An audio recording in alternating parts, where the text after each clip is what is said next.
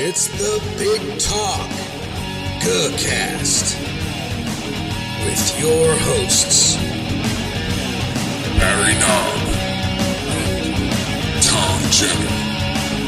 Let's do this.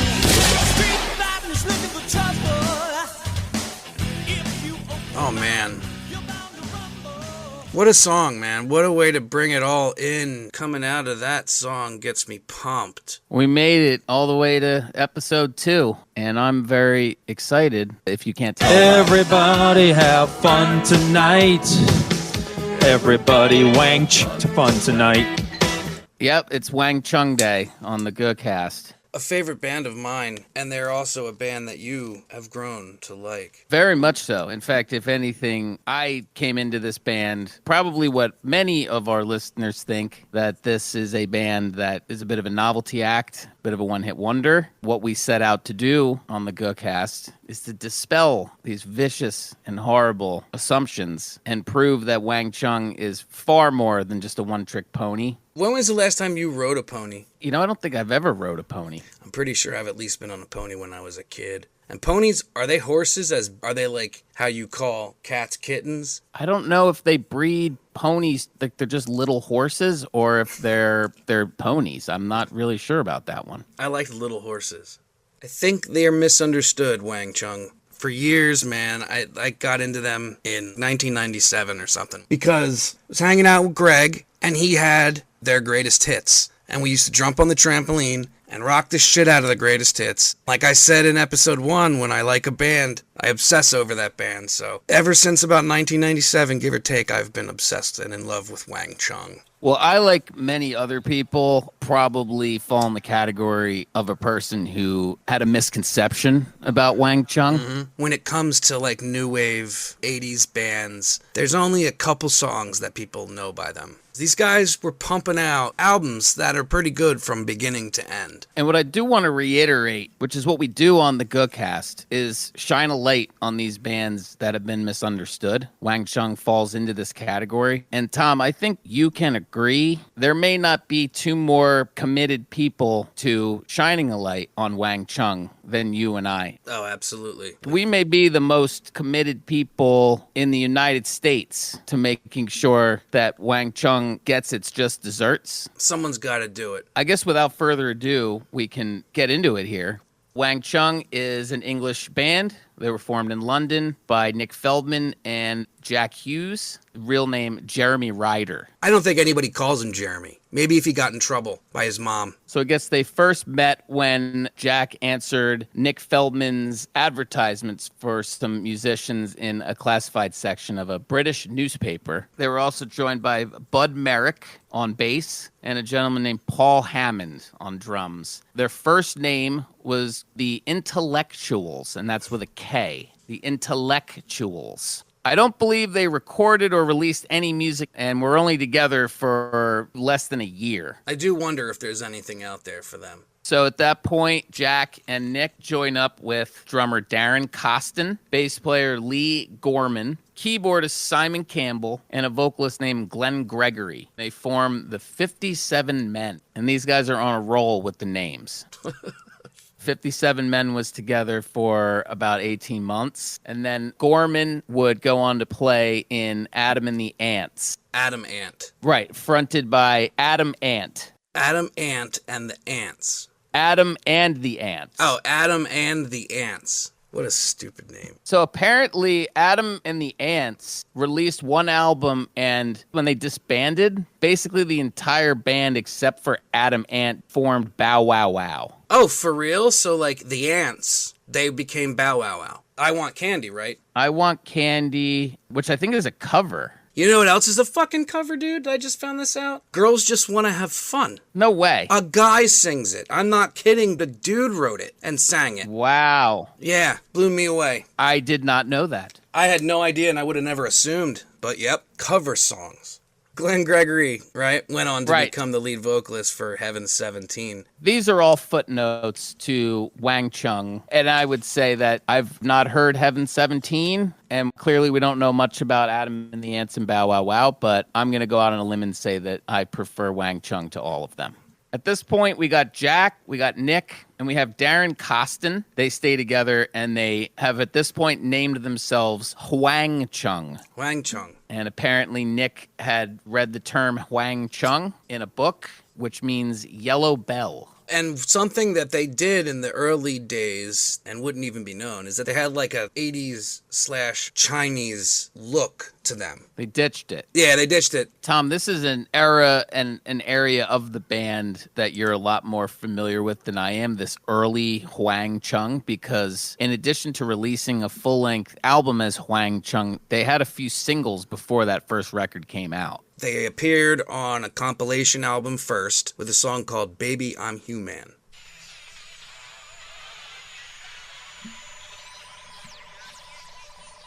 So you're saying this is the first thing they ever released as Hwang Chung? Yeah, to the best of my knowledge, this is the first song.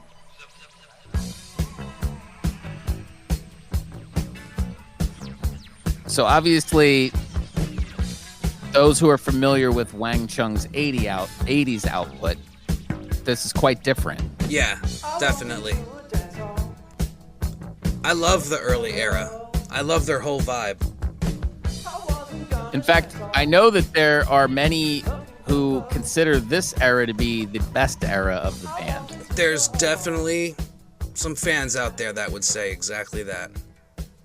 They were never the same when they became Hwang Chung with the W. And to some degree that's true. Because they do change. For better or worse. This early material is more indebted to new wave acts like The Police and Joe Jackson, Elvis Costello, that kind of scene that was going on around that time. In early 81, they expanded to a quartet and they added a saxophonist named Dave Burnand. However, Burnand was known simply as Hogg, H-O-G-G. 2 G's. Hogg. Hogg Robinson. Which is interesting because his name is David Burnand, and it's like Hogg is one thing, but then to apply Robinson to the end of it, still not sure about that one. Yeah, why do you need that? That's why most of the time he was billed simply as Hogg. So now, at this point, do they release a few more singles prior to their self-titled debut coming out? Yes, they signed to Rewind Records, and they released Isn't It About Time We Were on TV and Stand Still. Isn't It About Time We Were on TV is their first single. I'm sick of seeing actors. I'm sick of watching boys. I'm sick of listening to their jokes. And I'm sick of all their toys. They seem to think I'm interested in what they think and do. This, you can still hear bits and pieces of this era later. This is really cool. Yeah, I love the early stuff. I never want to hear another news announcer's voice.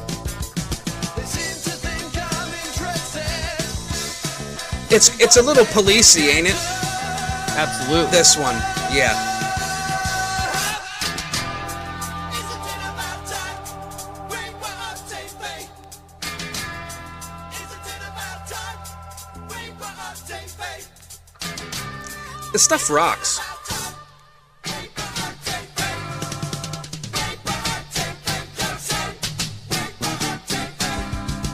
I'm sick of seeing actors. I'm sick of watching boys. It's definitely interesting. It's an odd Very cool. footnote that I don't think most people would know about.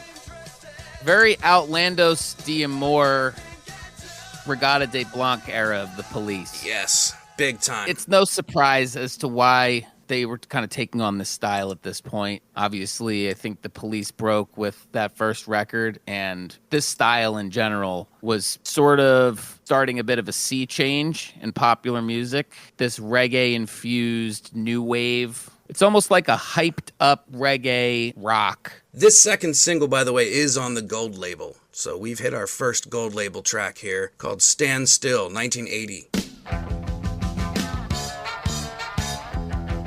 We got Hogg representing. Damn right, that's Hogg.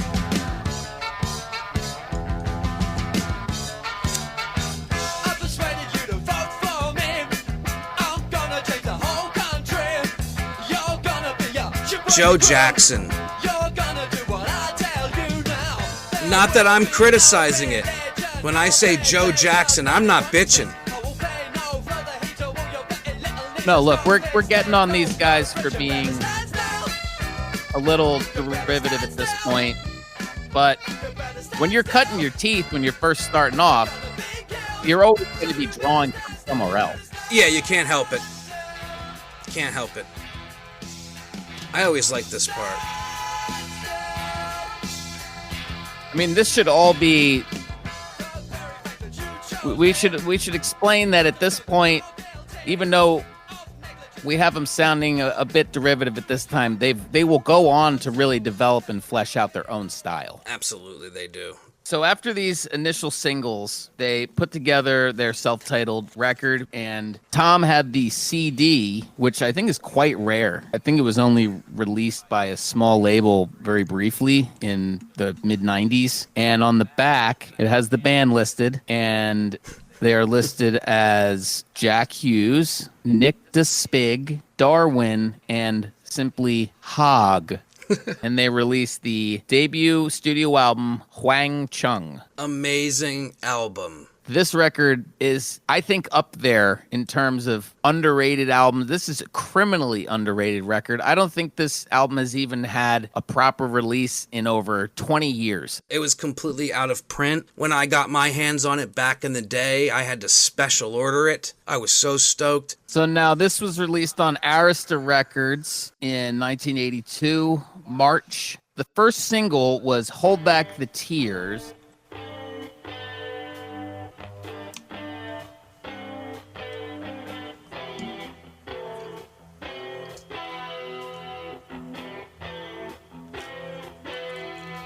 At least you're starting to hear on this album they're getting their own style. It's not it's not the W Wang yet, but And it's also not just Joe Jackson Part 2. yeah, definitely not. This album's really great. This album is awesome. Yeah, it is, dude. And you know, I'll say that when I was first getting into Wang Chung, which I'll go into later, which is what got me into them, it was fairly recently, but this album was a bit of a revelation for me. Yeah. And why when I say that is because it has never been re-released since its initial release is completely out of. There was some one-off release in 95 that came out, and it's basically now been forgotten to time, and that's a goddamn shame because this is a super solid new wave record. So what songs off of Huang Chung do we have represented on the Gold Label collection here? This is a fantastic record. We used Why Do You Laugh, Straight From My Heart, China, and Chinese Girls. Let's hear one of these. Let's start with Why Do You Laugh?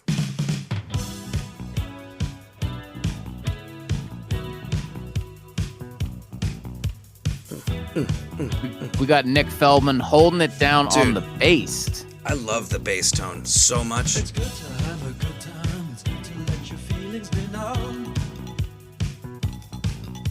It's good to go out dancing. At this point in time, honestly, after we get past those first couple singles, they already start to sound like what I think of as Wang Chung. This doesn't sound like anybody else to me. Yeah, I mean, at this point, really what's separating it from later Wang Chung is the production. Yeah, I would totally agree.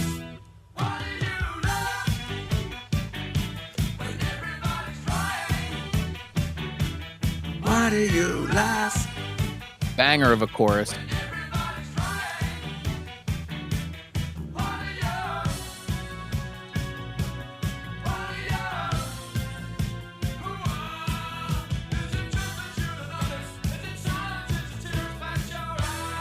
Everything about it is fabulous. The bass, the way the guitar tone is. I actually really like the production on this album. Even if it could use an update at this point, we could really use a remaster.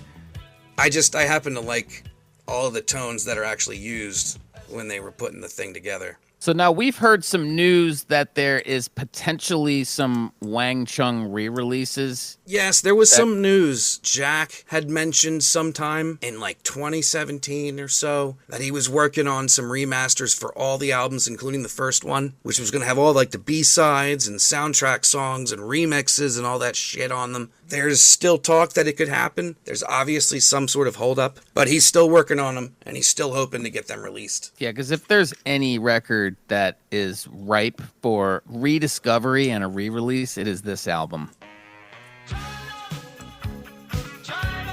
We got Hog starting us off. Right off the bat.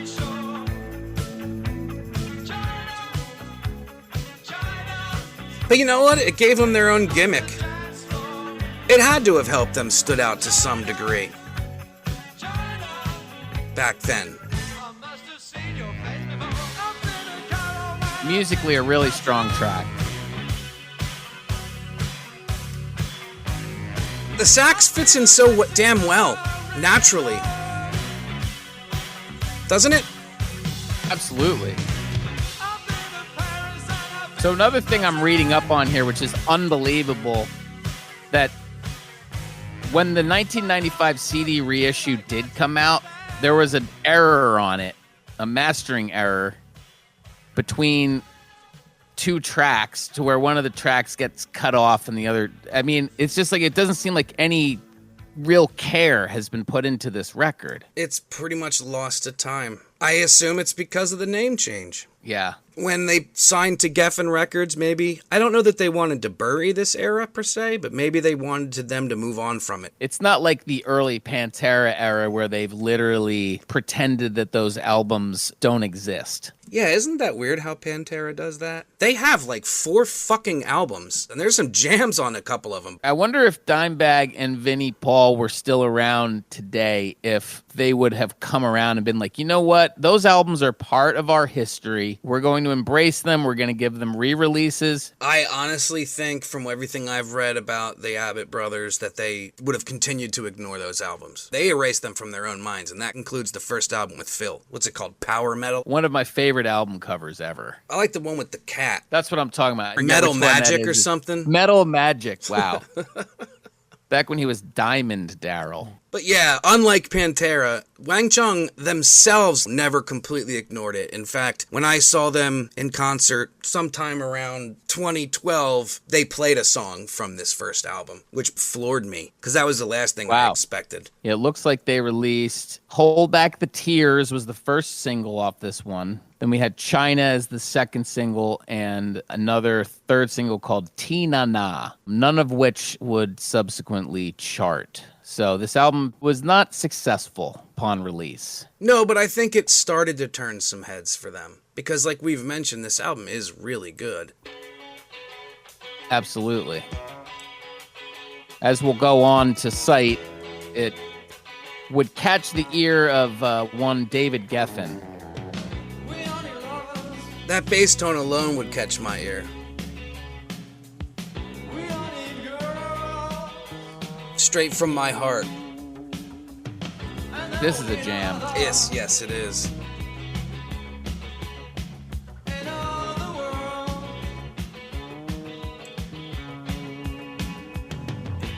I'm sorry, wouldn't most people who love New Wave love this? I mean, this is up there with anyone who's into Joe Jackson. Yeah. Early Elvis Costello. Like, why would you not be into this first Wang Chung album?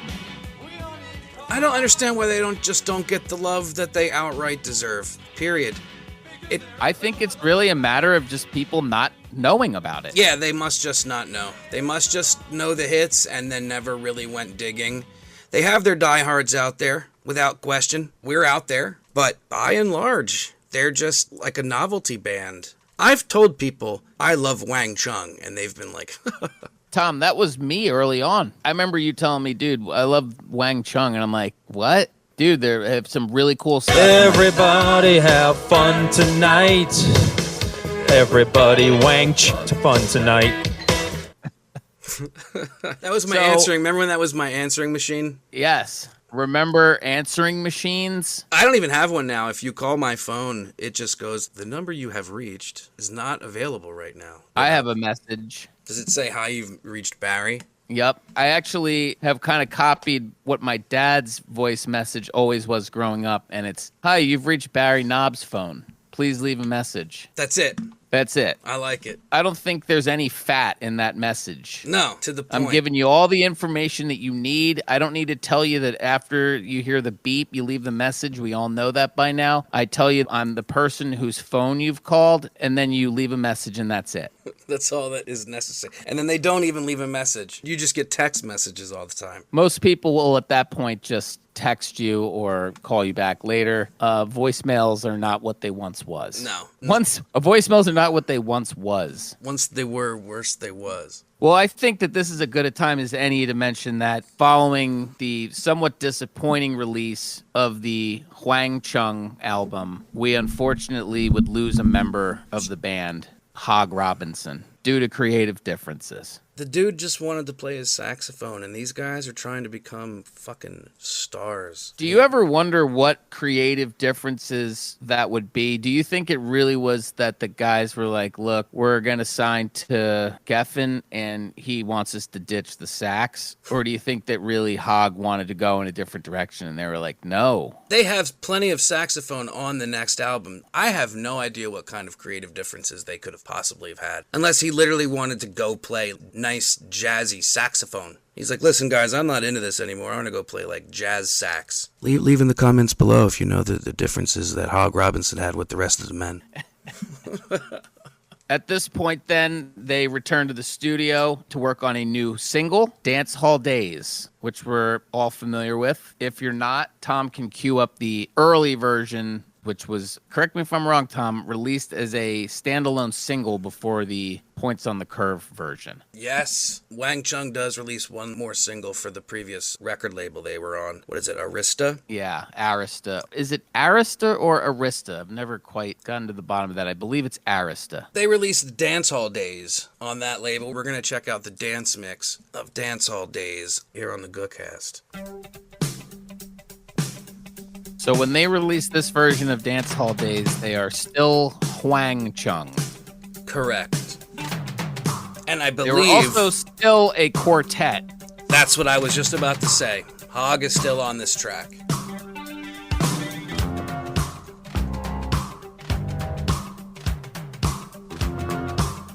There's definite similarities to what it was going to become.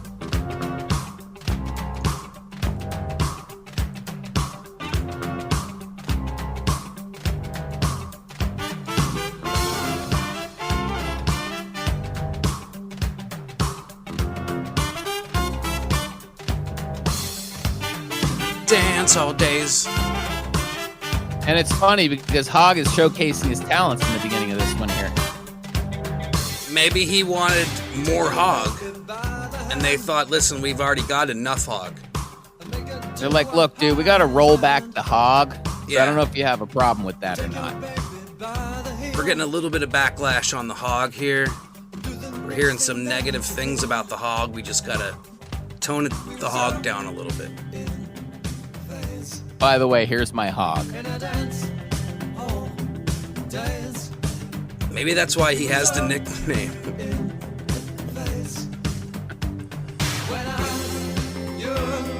Packing some heat.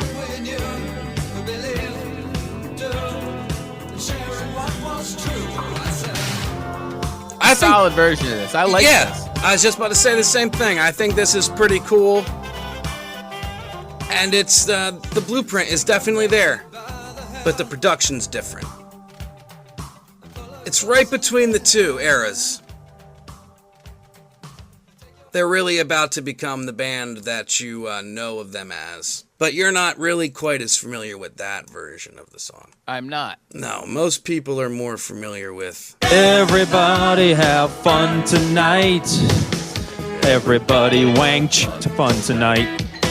So, yes, like the associated singles, Huang Chung album failed the chart, and it does seem... Everybody have fun tonight. Everybody wang to fun tonight.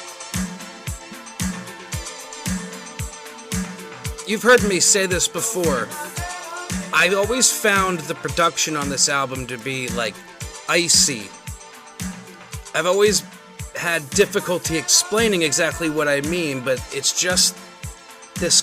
There's like this coldness to the room that they recorded. Absolutely.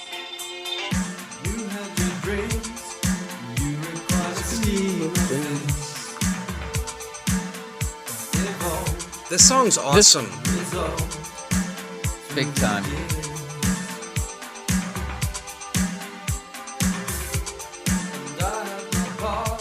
So that was quite a jump from the first Hwang Chung record to get to this point where they're now recording in Abbey Road. And I think it shows in the quality of the recordings. Absolutely it does. They must have felt like they had hit the big time, dude.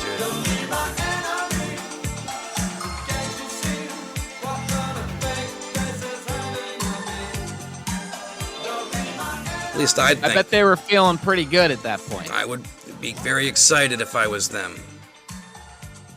But this song didn't... Do you have that information there, where this song charted?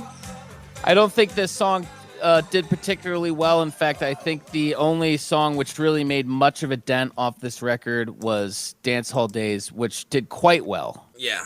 Here's another interesting fact about this record, which I did not know and did not realize. It's a little dark. The album cover, which I think is neat, it's strange, but it was designed by Barney Bubbles, who apparently would go on to kill himself 3 months after the album was released. Oh. Yeah. When it came out, the Philadelphia Inquirer gave this album 1 star. Wow. Really? They called the band Mean-Spirited Fops. Mean-spirited. I'm not sure where they're getting that from. They have a damn song called True Love. How could they be mean-spirited with a song called True Love? Put that one on. Love this song. Yeah, me too. True love is the answer to everything. True love is the answer. True love is the thing. True love is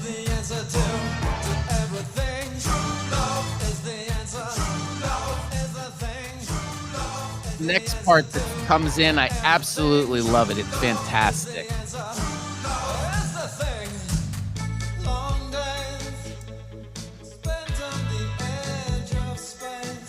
Nick is an underrated bass player. His tone is awesome.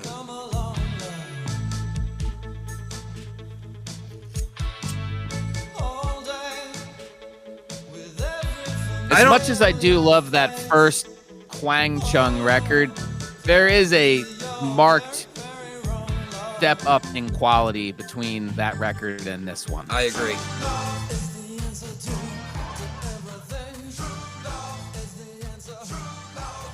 It's a natural evolution, though, I believe.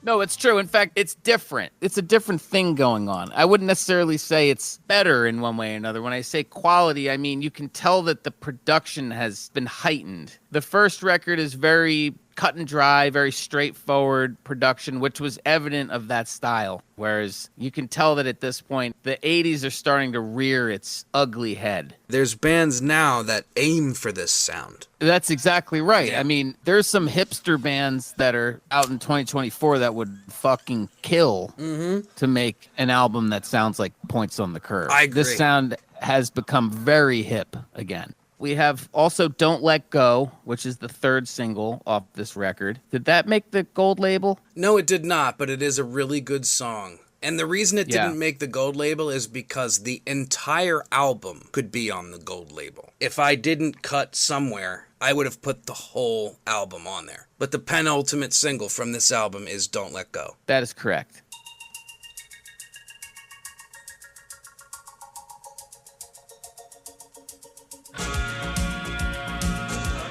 It just gave me an excuse to say penultimate. I've always wanted to. I don't know if I've ever used that term. I've heard Monty Python use it.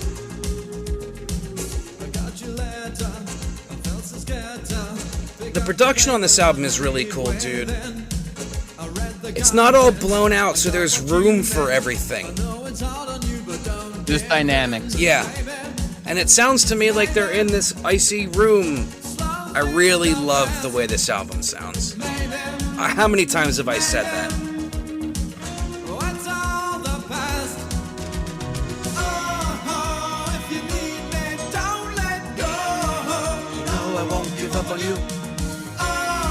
This is a Nick Feldman composition.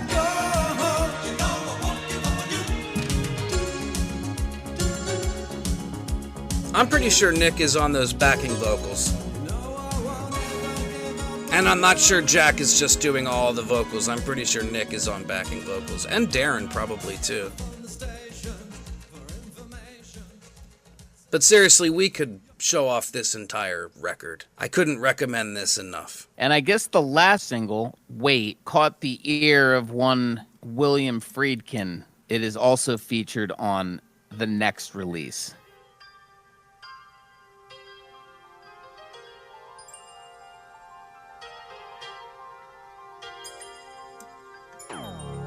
You can tell why. It's exactly That's what a he was tone. looking for, yeah.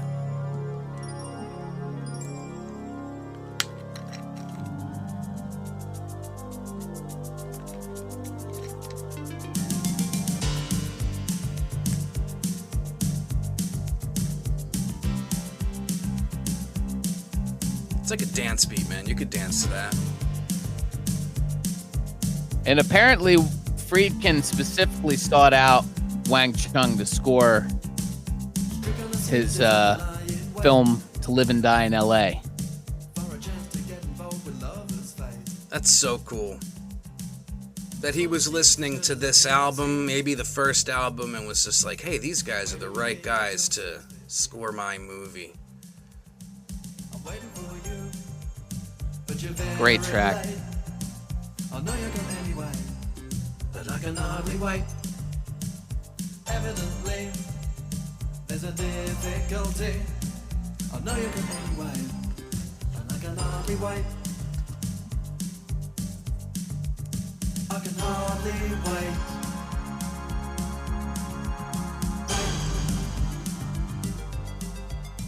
Love that huge orchestra hit. Humongous.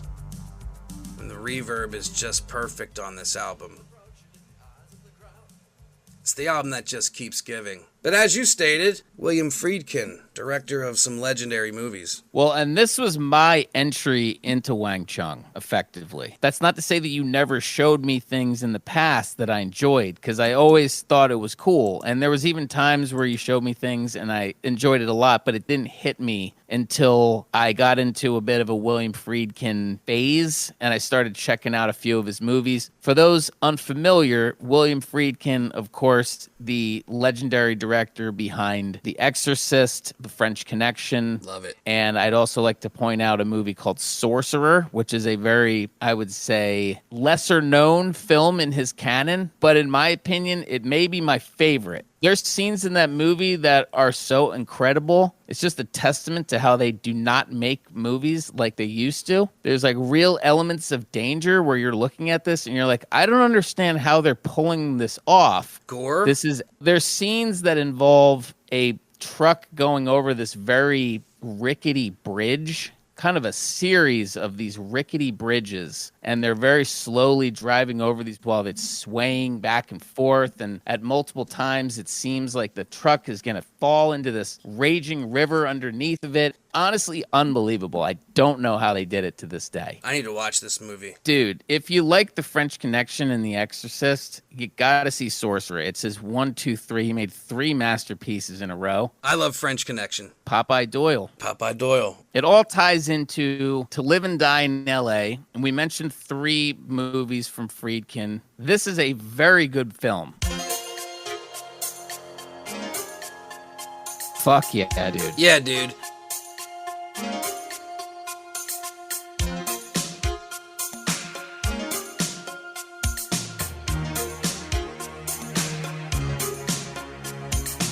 I remember popping this movie in, and this song kicked in, And I immediately texted you and was like, dude, it is on and Wang Chung is working right now. I remember. And I was stoked.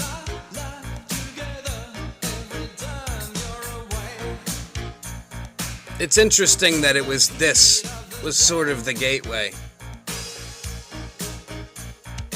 I know that you don't necessarily share this sentiment, but I think that this is one of the high points of Wang Chung's career.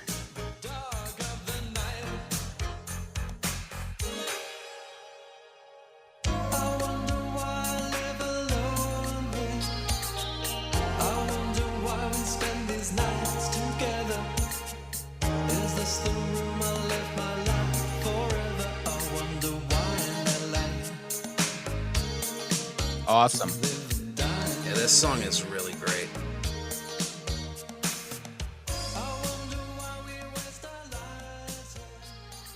Well, he picked the right guys for the job because they set a definite tone in this film.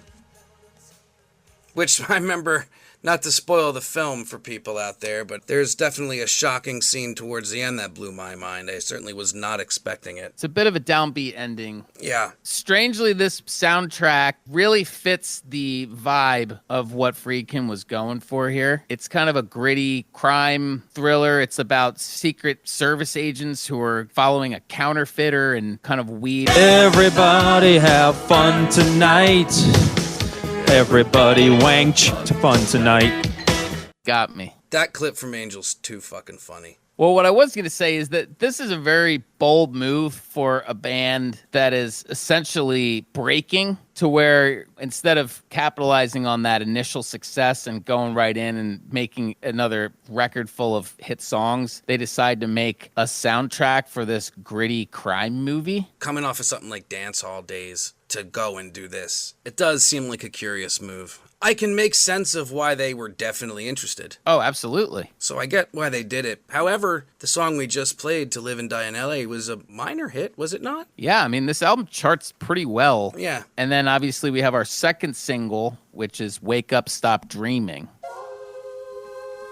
This is how the whole Gold label starts. As a matter of fact, it's the namesake. Wake Up, Stop Dreaming, the best of Wang Chung.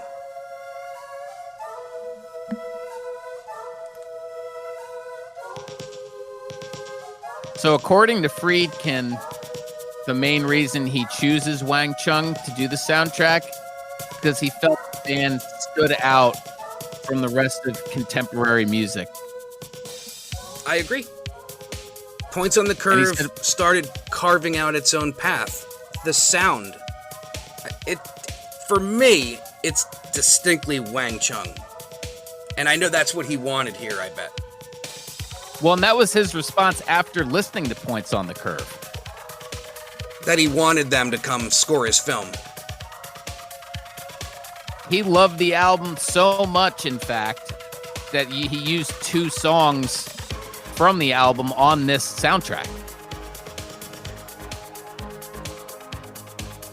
Wake up, stop dreaming. The sun is in the sky again. There's a hole in Well, I know Wait is on Points on the Curve, but I don't know what other song is from Points on the Curve. He said 2. Well, from what... Yeah. Apparently, Dance Hall Days is featured in the film, but I don't know if it's on the soundtrack. It's not on the soundtrack, but it's cool that it features in the film. Yep. Wake up, stop dreaming. There's more than just 2 steps ahead. I'm saying I want Wang Chung to come score my movie. I want to make an album with Wang Chung. I want to hang out with Wang Chung and tell them I think they're awesome. I want to meet better. Hog. Do you think you could hire Hog Robinson to be on your album? I don't think he comes cheap. How much you think he costs? I guess it depends on what you're asking him to do. He could How much do you think that Hog would charge to hang out with us for a day? We just want to come hang out with you, go to a playground, swing on some swings, some like monkey bar action. I like how that's your idea of what we would do with Hog. Yeah. We'd take him to a playground. And he could, regale us with his stories of the old days before the W. Maybe that was the creative differences. He was like, I'm not changing the damn name. He's like, if you add a W to this name, I'm out of here. I'm fucking gone. Lullaby didn't make the cut, but it is a great track, and I think we should at least give it a quick listen. I'm with it.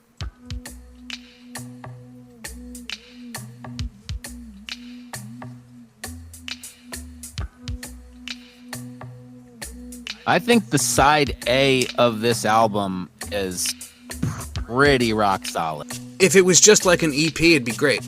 You know what I mean? Yep.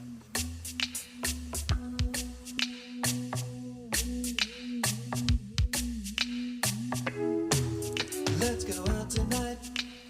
Put on your shoes. Get away from here. Far from the local blues. Let's go out tonight. Let's make our escape from the city lights and all of the familiar shapes. We can drive all night. We can stop in a field. I feel like this has a very... This must have been one of the ones that they wrote for the film because this really does match the vibe of what... Yes.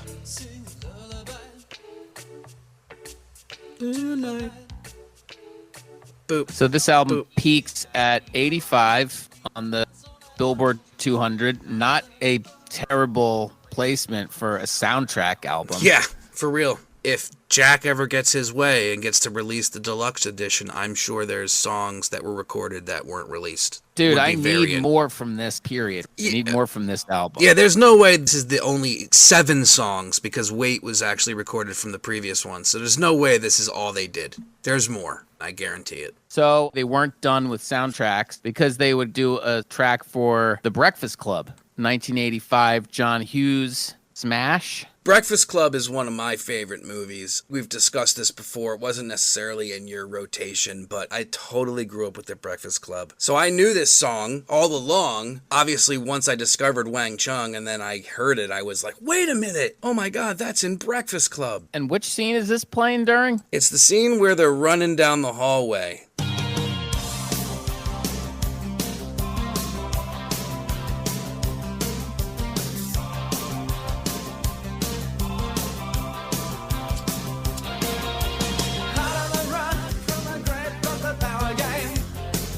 I love this song.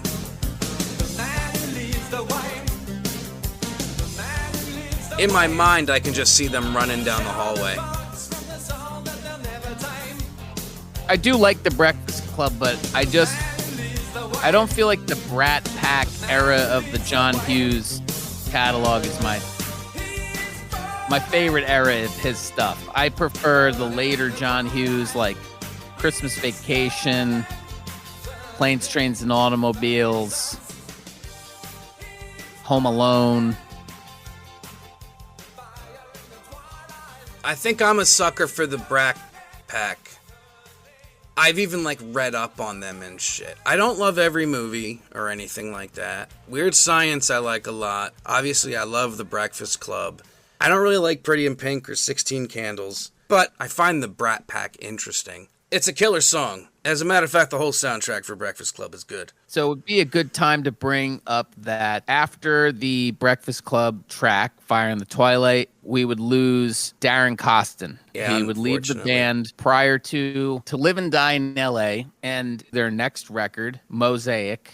This is the one that really blows the doors open for them. This is the one that has the song that does the thing that you all know about and sing. Put on the song.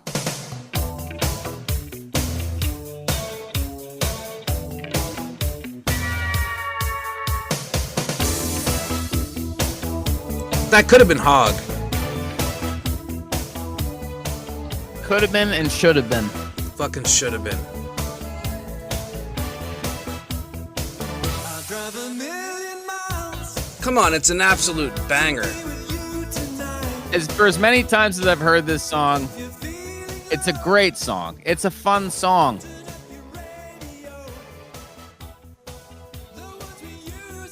I listen to it and I want a Wang Chung tonight. I usually end up wanging Chung. I listen to this song and I want to wang my chung.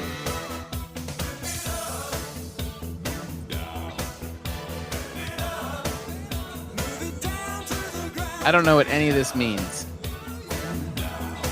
Doesn't mean anything. It's just supposed to make you have fun.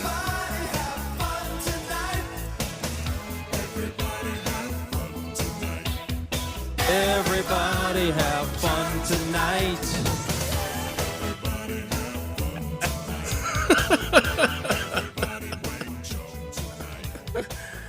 It's the song, it's the hit, but it's a great hit. And it hits what? Number 2? Number 2 on the Hot 100. So we're talking, this was up against 86.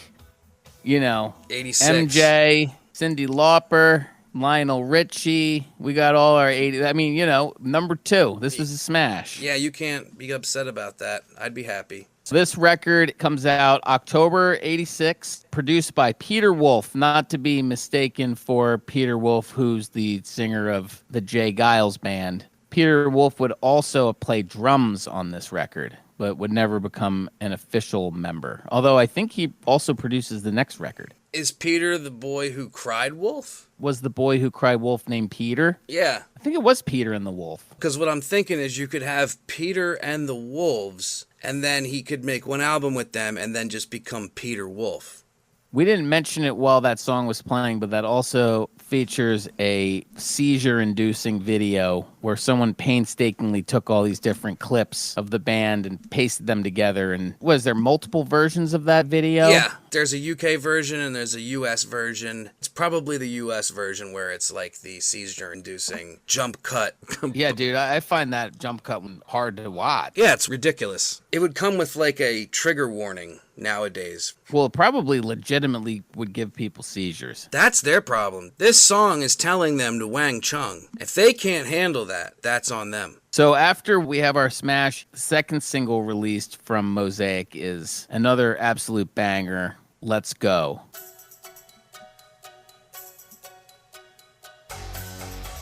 Also the only song in their discography that is sung by Nick. Ah. And he's got a nice voice. Meet me in a restaurant. Meet me on the top of the world. This song's amazing. It's got one of the best choruses of all time. And it's hard to even tell that is Nick, because he sounds pretty similar to Jack. He does. Meet me and we'll float to a level above. I wish you'd drop what you're doing and get on the case.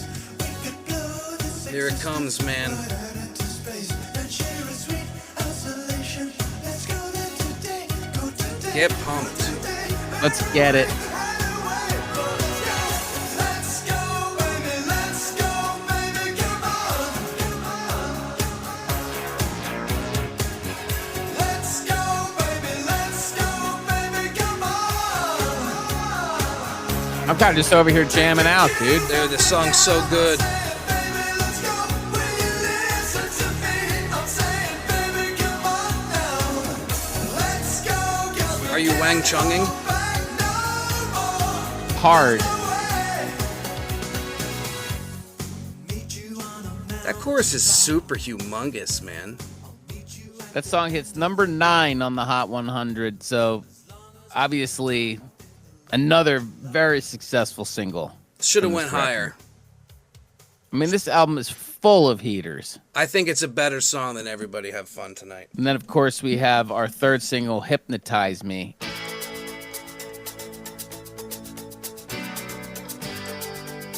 I always love this bit. I love this song. Me and my buddy Greg, I wish he was here right now to talk. Greg and I were fucking in love with these guys. I'll tell a little story.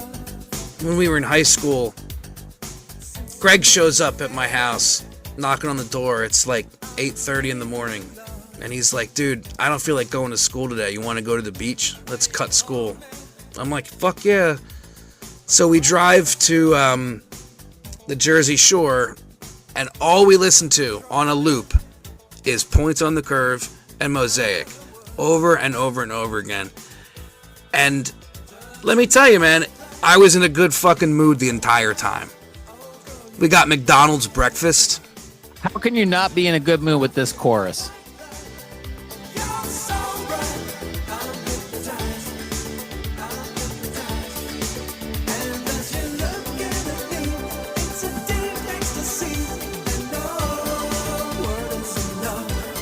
So good.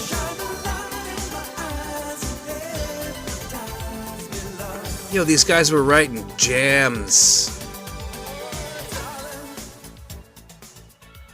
And again, it doesn't stop with these singles. The hits just keep smashing you. This album's too good for its own good.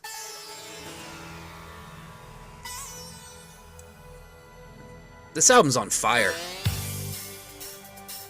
There's my boy.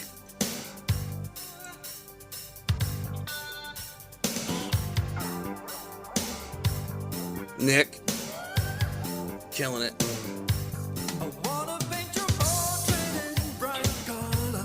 Isn't it funny how it all just seems to have come together? Absolutely. You know what I mean? It's like, oh, here it is. This is the culmination of everything. Yep. Dude, anyone who wants to call Wang Chung a one-hit wonder, listen to this fucking album. Holy shit, this album's so goddamn good. Another killer chorus.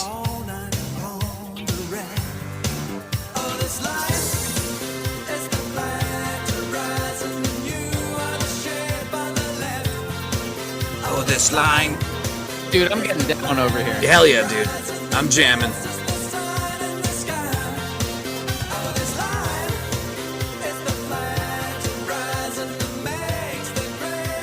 I have a huge smile on my face.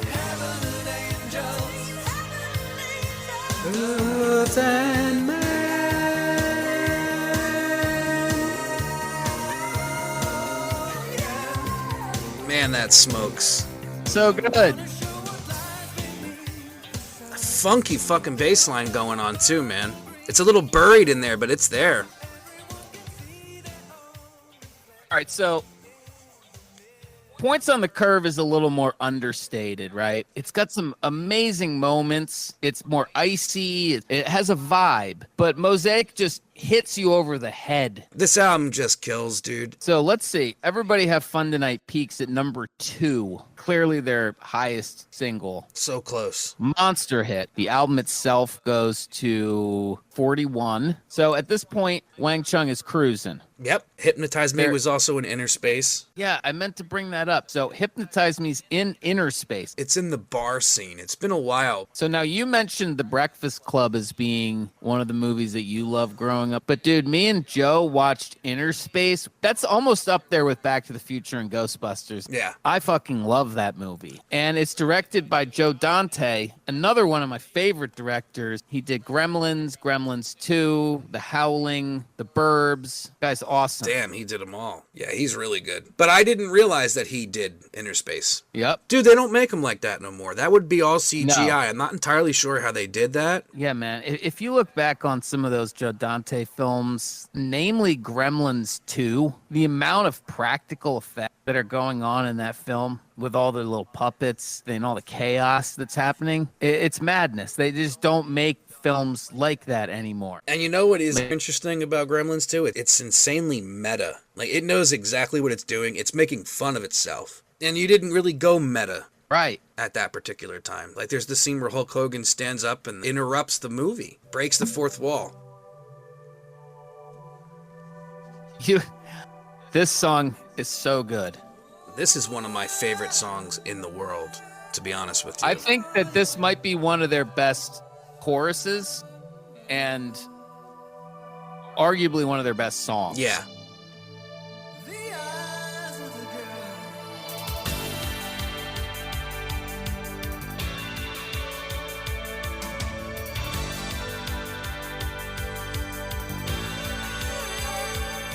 And I feel like this is harkening back to some of the early stuff, some of the vibes that they were bringing on that Huang Chung record. Yeah, Just produced in a different, more slick kind of way. you could even hear it be deconstructed to be on points on the curve a bit. Slow it down a tiny bit. Ice it up.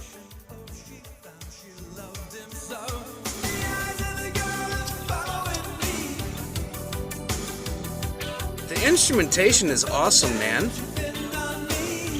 There's like a lot going on.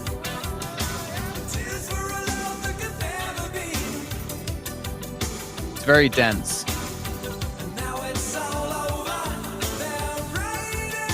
And they kind of tease the chorus here. They don't quite give it to you yet. No, they'll let you have it shortly, though. But just to speak on the album as a whole, like, it's really good. It's way more than Everybody Have Fun Tonight, isn't it? I mean, Jesus. Everything we've pumped out so far have just been heaters. I mean, we're just scratching the surface on this one. I know it.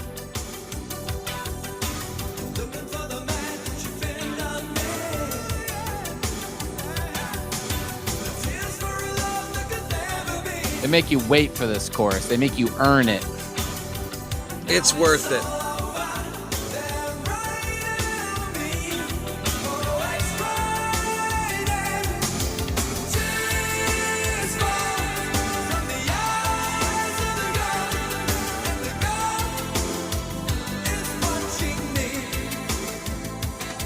Awesome, man.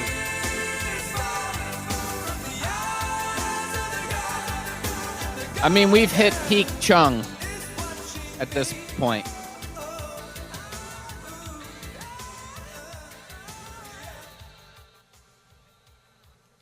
Peak Chung. Sadly, when you So hit the peak, usually there's only one way to go. That's unfortunately true in this case. This album would go on to earn a gold certification, which I'm surprised it wasn't higher than that. Not that gold's anything to thumb your nose at, but you just would think with Everybody Have Fun and Let's Go and It only went gold? would have, yeah, Wow. surprising, right? It is. And also, sadly, just the state of affairs with the band. Only a select few number of people quite get it completely. Yes. But they have a bit of a hiatus here. Between 86 and the next album, The Warmer Side of Cool in 1989. They take a little bit of a breather. But when they come back, I think you'd agree, Barry, the landscape is changing. Big time. Because now we're starting to, even though this is before we get into the sea change, which was grunge, there's little elements of that are creeping in. You have Chili Peppers and Faith No More and Jane's Addiction, which are really starting to kind of change the overall landscape of rock. Whether they were on a break from 86 to 89 or they were touring their asses off because they were popular by 89, I'm not sure exactly where they fit. It's not all bad. We're going to show you some good shit here. You know, we were on quite a roll there. Yes. As far as their first 4 records, just absolute great records back to back. And then, unfortunately, we're at a point now where I think there's a little bit of a decline. You know, there's something interesting about this album. When I was first getting into them and collecting them, this was out of print, just like the first album. I had to, special order this from Rock Dreams. It did that bad. It went out of print not long after it was made. We'll play the first single. Came out in May of 1989, Praying to a New God.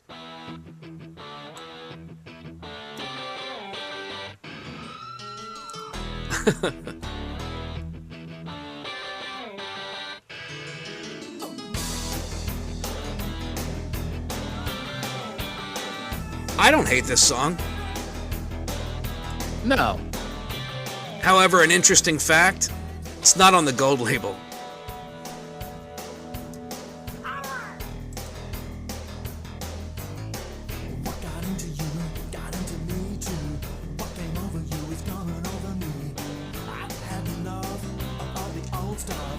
Dude, instantly That guitar doesn't sound good. Instantly, for me, the magic is not quite there with this. No, it's not. New God. It's trying. It's like Chorus. It's like somebody told them to, like, strip it down. Like, there's still elements of what was going on the last album, but it's not as, like, full production-wise. And it's weird because, Peter Wolf did both of these. Yeah, I was going to say, like you said, maybe someone told them to strip it down, but it almost sounds like they're doing too much. They're overcompensating. Maybe they just weren't the best batch of songs. We got Peter Wolf again, which is not a surprise. It doesn't seem they had the same magic going on in the studio. And again, like you mentioned, this is a 3-year layoff. Yeah. That's forever. 3 years in the 80s seems to be exponentially longer than it is now. So much happened there in the music world from 86 to 89. We can't even cover it. And it's clear as goddamn day on this album. Well, as you mentioned before, bands like the Red Hot Chili Peppers, Faith No More, kind of almost punk rock scene is bubbling up to the surface. And things like this, synth pop, it's becoming dated. I'm doing things in my own way. Well, I'm doing things as I please, and then everything else goes its own way. Which track do we have here? At the Speed of Life. At the speed of light. Which will be demonstrated just now. The album takes on much more of a rock presentation. Man lives in the city, surrounded by machines. They take away his pity and give him what he dreams. A stream of information on a green letter screen. So the album marks an artistic change from the new wave sound of the previous albums and moves into more of a traditional rock sound. Yeah. At the speed of sound, you don't see the ground. And in your sports car with the windows down. And you know what? I'm a big-ass Wang Chung fan, and I like this song, but I'm not sure it really completely works. Doing things in my own way. Well, I'm doing things That's pretty damn catchy and poppy, though. as I please. And in everything else, And we've brought back Peter Wolf to produce once again.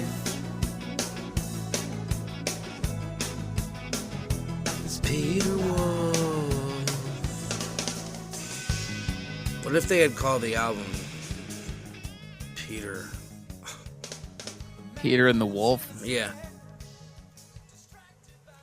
How many tracks overall from Warmer Side of Cool do we have on the Gold label here? It looks like we have 4. Yeah. What's so bad about Feeling Good, Tall Trees in a Blue Sky, When Love Looks Back at You, and what we just played, At the Speed of Life. Let's hear a little bit about what's so bad about Feeling Good. I remember that one being a good one.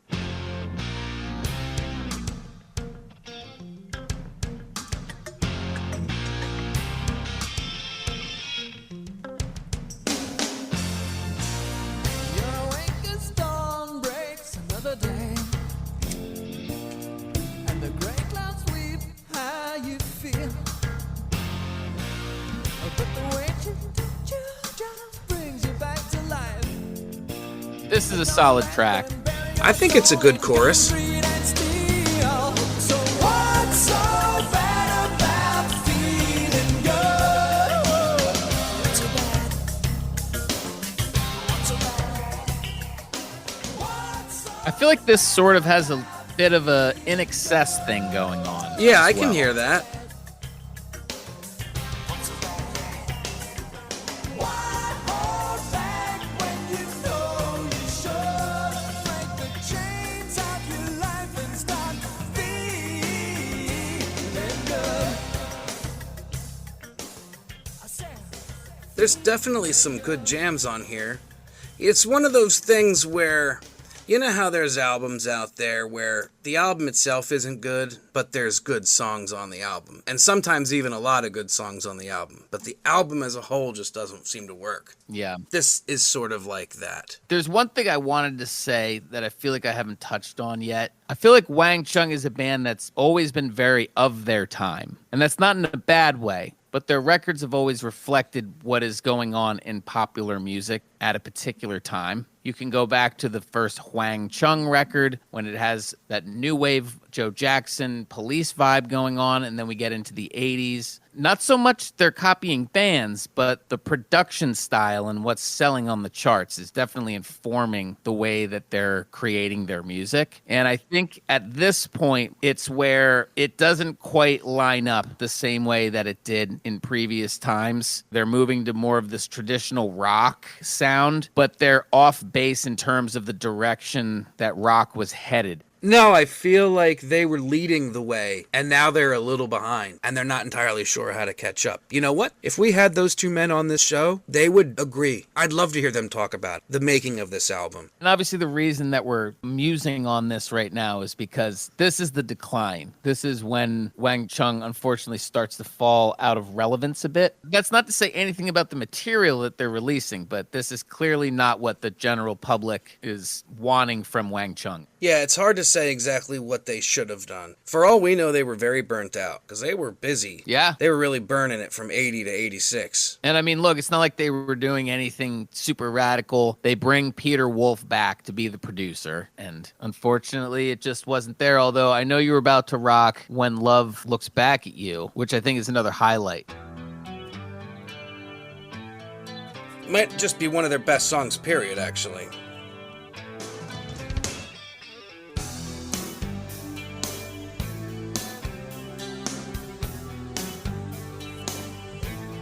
I do think this album suffers a little bit from some of the production choices that were made.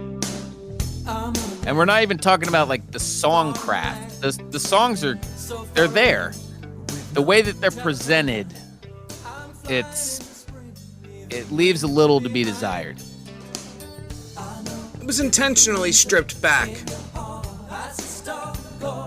I mean, that was something that they were deliberately setting out to do, was strip it back from Mosaic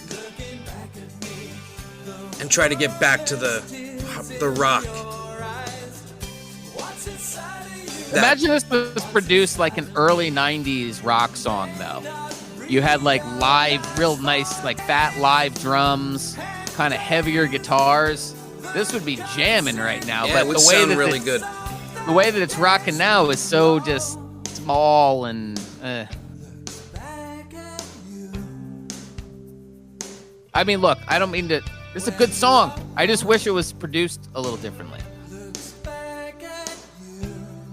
Maybe Peter Wolf wasn't the right guy for this one. Maybe not this record, but definitely for Mosaic.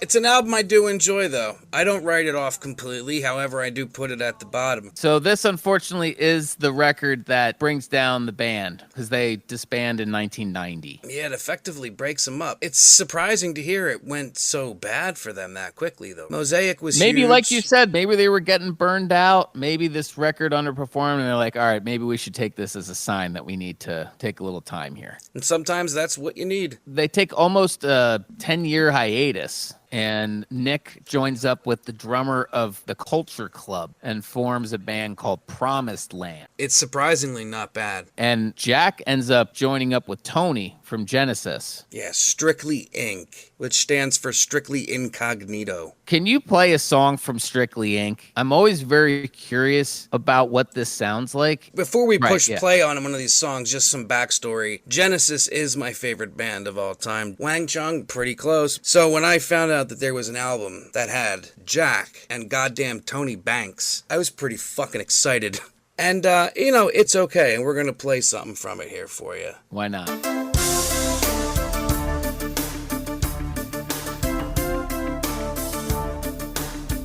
It's Tony Banks completely. That's pretty cool right there so far.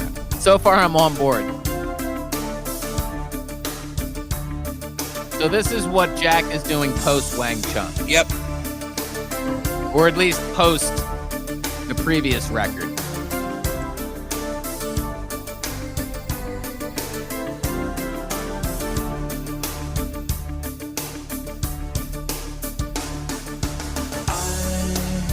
Could be a tiger, a loser or a fighter, a man or mouse.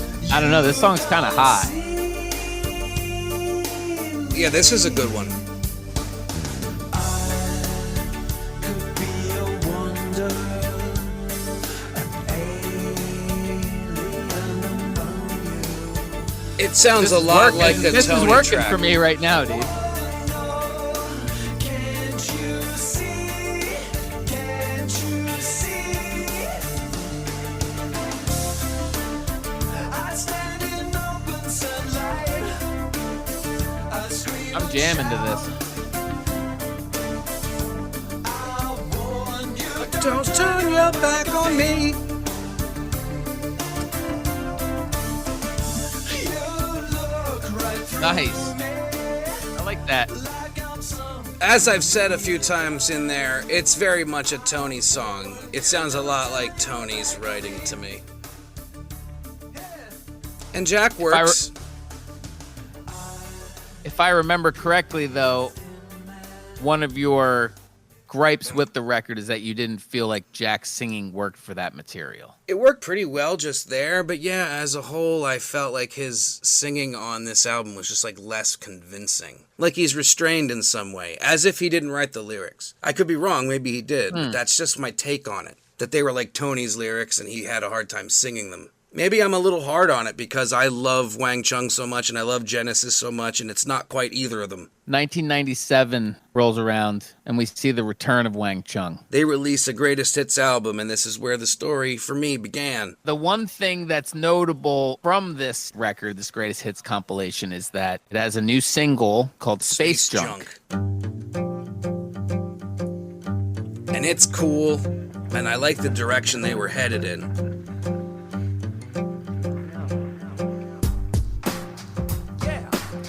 Now, this is an example of switching gears, and the direction that you've gone in totally works. Yes.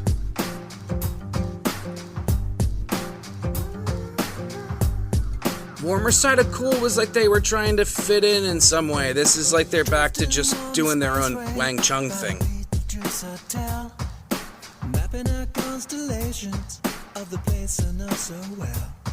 Sifting through the system for the So this song is featured endlessly in The Walking Dead. Yeah, the pilot episode, isn't it? Like the very end. I remember watching The Walking Dead for the first time, and this came on at the end, and I was like, oh my god, fucking they played Wang Chung, what the fuck? space junk. Works perfectly. And of really any does. song that they could have chosen, they chose a Wang Chung song Yep. to end the pilot episode of The Walking Dead. Pretty much one of the most successful franchises in the world. Now, did you finish the newest season of Walking Dead? I did. I've watched all The Walking Dead. So now you've watched the recent one that's about Rick's story arc post The Walking Dead. Yes. And it was very good. I would have made a few different choices along the way, but overall, I like the story. If we never see Rick again, this is a nice ending. I think what's so cool about that is you got this show about zombies, which our love of zombies goes way back to the Romero days. And you and I were both super into Walking Dead when that first came out. Yes. And the fact that they randomly at the end of the episode play this obscure Wang Chung song. I know, right?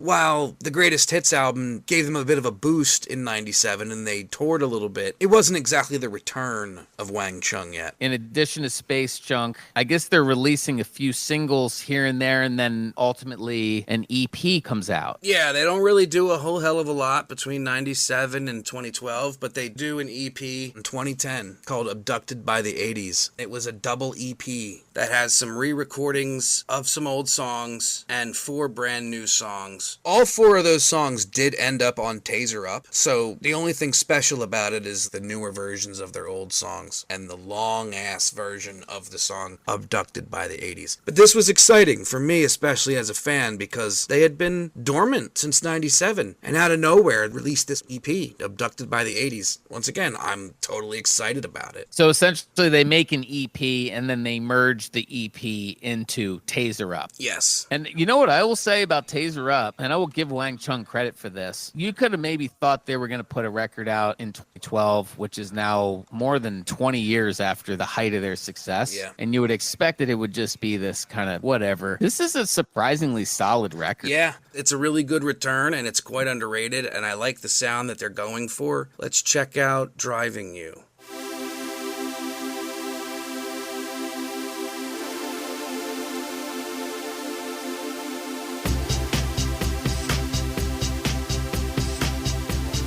I really dig this era. These guys have returned to form around this time. Updated the sound very appropriately.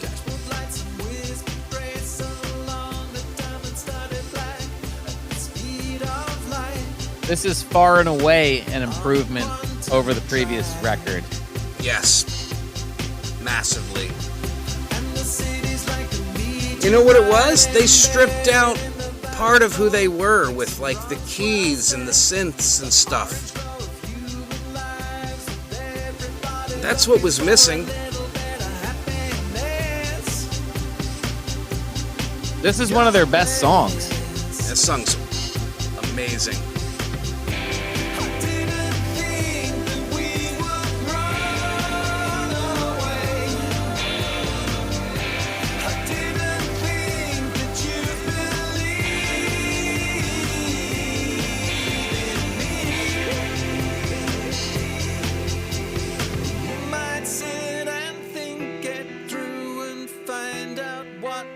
Driving you. It's one of their best choruses. It makes me miss the things they could have done between 97 and 2012. Well, I guess we got to get on listening to Strictly Incognito.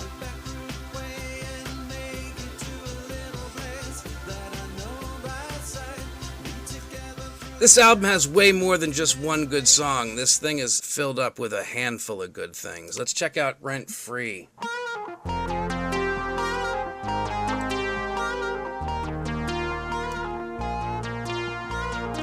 You've been living rent free in my head for far too long. And this is nice because this kind of brings it back a little bit here. It does, doesn't it? I was just thinking the same thing. Get out of my mind, my friend. That's why we have a podcast. I've learned my lesson. It's like watching Amityville with no intermission. I mean, does anybody even know this album came out? I think less people know that this album came out than Wang Chung exists.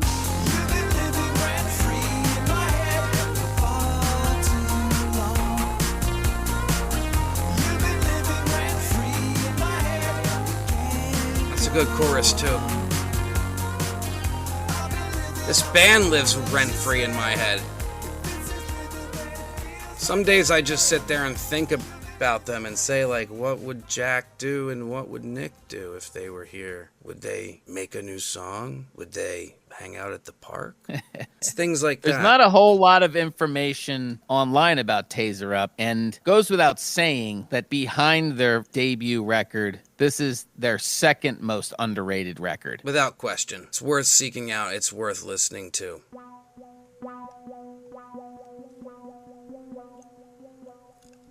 This was the right direction for them.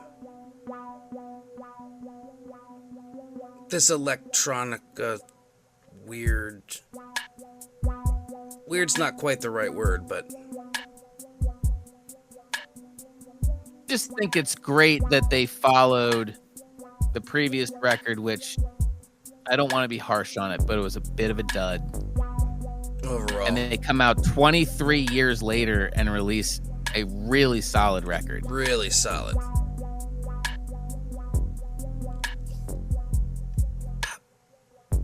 It's been 3 weeks now. Something I wanted to mention earlier that I just haven't yet Chicken roast. is that Jack's voice is pretty distinct, dude. I should have held you longer, but I agree. He carved out his own style. Yes, he did. I love his voice. coming home to wait for the phone to sing. The more and more you get acquainted with Wang Chung, the more you realize that these guys had something special going on. Don't fly this low. It was a strange hello. I know. And when I call back, just say you love me. Justify your tone. Tell me you're alone. That's nice. Keep things clear for me. Kiss my mind and dry my I saw them on the tour between this album and the EP that came out prior to it. And they played So some tell of me these a little songs. bit, tell me a little bit about that show that you went to, because I know we've talked about it, but what are your recollections from seeing Wang Chung live around this time? That I was surprised they were still killing it and that they played something from the first album. They still sounded so good during this period of time, and I was with Greg. Believe it or not, the only way to get your hands on the Abducted by the 80s EP was to have been at the concert. So And you own that? I own that, and the only reason I own it is because Greg bought it. I didn't have any money on me. It was cash only, and I was like, dude, Heg, please, bro. And he's like, I got you. And it was just a great time. They played the hits, but like I said, they played a few obscure songs that I didn't think they would have played, just because I'm aware that they are a novelty band at this point. Or that they're considered to be a novelty band. Right, that they're considered to be one, right. Their set lists can be predictable. So the thing is, Wang Chung is great to see as long as they aren't on a show with a million other 80s bands. Because if that's the case, they come out and they play like Dance Hall Days, Everybody Have Fun Tonight, and Let's Go. And you know that they're just doing it to get paid. And it's not about, if they're playing a show and they're bringing out songs from their first record and they're trying to give their quote unquote fans what they would want to, like, you'd want to see Wang Chung on their own. Yes. It wouldn't just be them going out and playing the fucking 80s circuit for a bunch of people that are going out and drinking Bud Lights and aren't really thinking much about it. Play me all the songs that I heard a lot of times. The songs that I've heard on the radio, play them again. Play those songs again now. We put together a 30-song Wang Chung greatest hits here, and there's people that only want 3 songs. That hurts. I hate it. Dude, it's interesting sometimes to just put on mainstream radio, rock radio, and it's like, who is still wanting to hear? Is it for the people that are just discovering these songs for the first time? Or is it for the people that have heard these songs for their entire life and they just keep continuing wanting to hear these fucking songs over and over and over again? How many fucking times do you need to hear Piano Man? And look, we listen to songs that we've heard hundreds of times over and over again, but I would just think if I was curating a radio station, I would try and make the playlist a little more diverse in terms of throwing in some cuts that maybe everyone hasn't heard all the time. Maybe songs from bands that you've heard a lot of times, but it's not the songs you would expect to hear from them. That's also what we're trying to do here. Even if we take my Piano Man thing there, he has 1,000 other songs. I will take a Billy Joel deep cut right now. Any day. You know what I mean? Yeah. And it will be good. Oh, yeah. It'll definitely be good. But what I don't need is to hear Piano Man again. I don't need to hear We Didn't Start the Fire. Oh, hell no. The Classic point that we're rock. making is that this is what we're achieving to do with the Goodcast. There's these artists that you've heard their hits hundreds of times, and it gets to a point where these artists are only affiliated with the main hits that they're associated with. That's it. You don't realize that they also have a whole huge back catalog. All you know them for is either their main hits or a single hit. Yeah, and I think it is absolutely ridiculous. We can blame radio because not everybody is like us that wants to buy the record, listen to the whole album. Some of these people need to be shown other songs, so why not? See, I guess it's much like television. It wants to keep churning out the exact same stuff because what's making money is playing Piano Man over and over and over again. Here we are complaining about this, but the reason that this is done is because the general public does not demand more.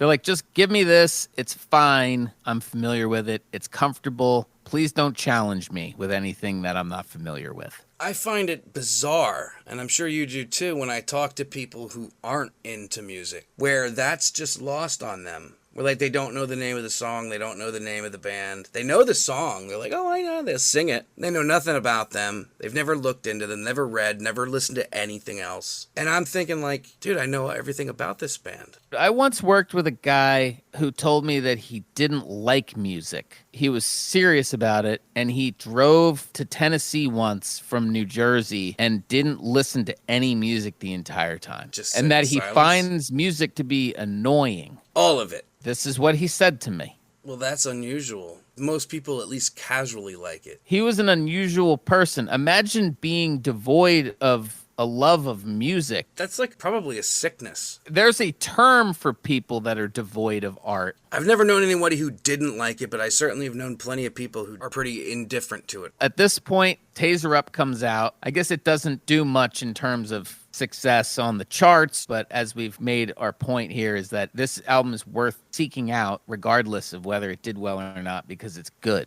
I would recommend is. it to people. So they come back, they release Taser Up, they tour for a while, and then once again, they kind of go dormant. In 2019, they would release what is their most recent record, Orchesography. Orchestography. No, there's no T in there. It's just Orchesography. Orchestography. It's not a very good title. It sucks. But what it is Wang Chung and the Prague Philharmonic Orchestra. And what would they be doing? Well, they'd be remaking old songs again.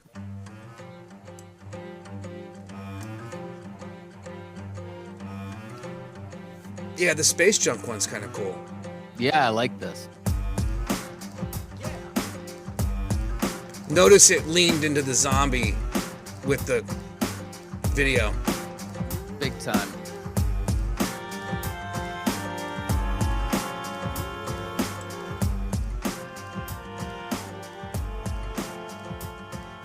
Drifting on the spaceway by the Beetlejuice Hotel, mapping out constellations of the space I know so well. It's pretty cool. I prefer the original, Yeah. but some of the strings really do work. My name, endlessly I list them in the master game. Welcome to my world. Welcome to my only world. My head is full. Space Junk. Everybody have fun tonight. Everybody wank to fun tonight.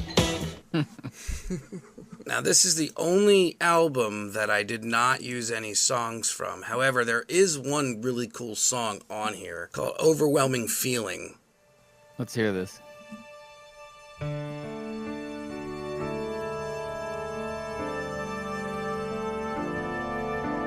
It's very nice.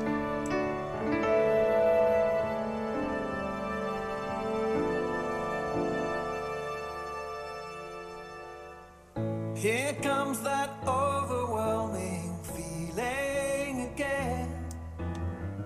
Here comes that never ending. And this was from Taser Up, but it's done really well on this one.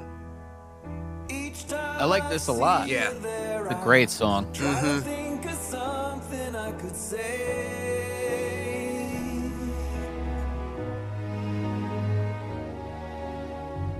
Here comes that overwhelming feeling again. Here comes that A little bit of a John Lennon vibe there with the piano. I was thinking the same thing with that run up. Do-do-do-do-do. at your eye, but I Is this original version of this song on the gold label? No. Dude, we may have to pull an audible here by way of the Goocast and squeeze this song onto the gold label somewhere. May have to. I think you'll find that most bands will eventually enter their Beatles phase. Let's check out the original and see how it fares. Yeah.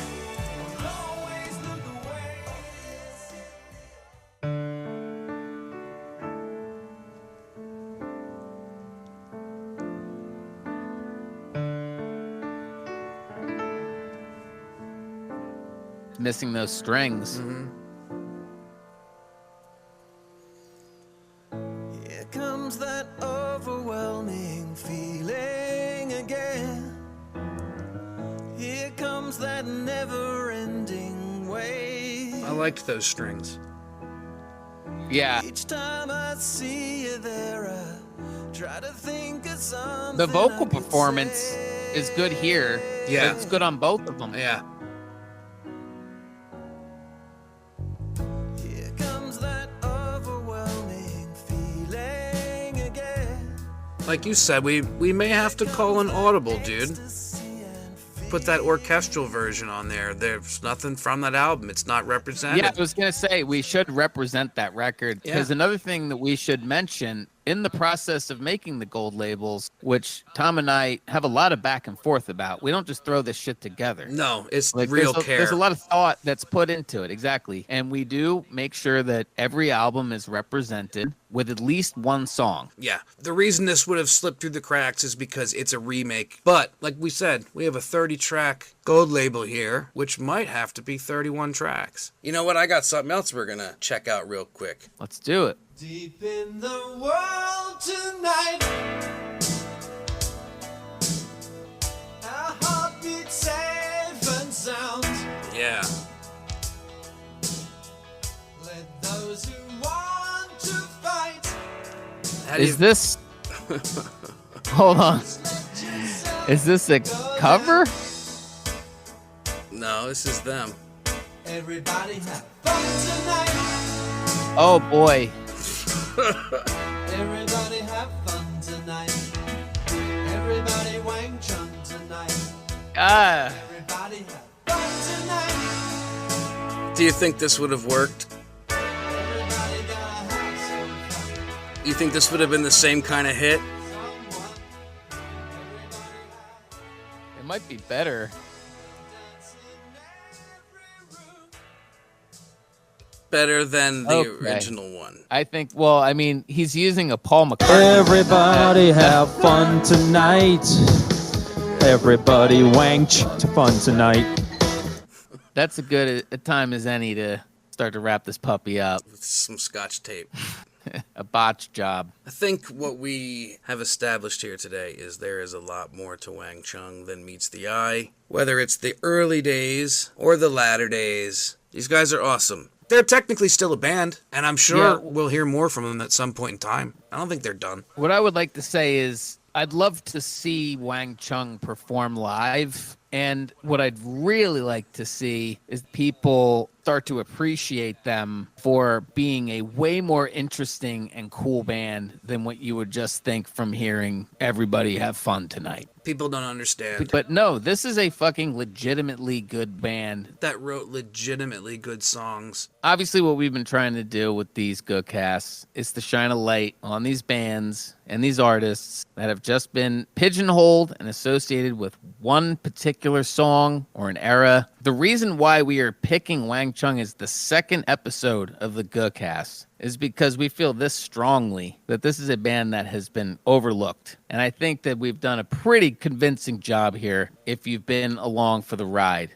There's too many songs here to ignore. Go listen, people. Curate the list that we have provided. Justice for Hog. Justice for Hog, Justice for Darwin, Justice for Nick DeSpig, Justice for Jack Hughes. Amen to that. I think it would only be appropriate that we let Wang Chung play us out. Let's do it.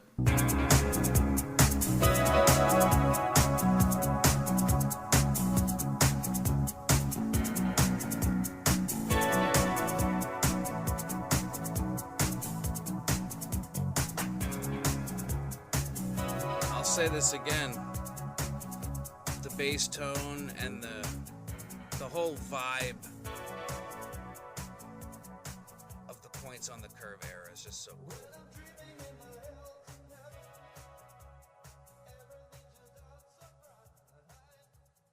Everybody have fun tonight. Everybody wang to fun tonight.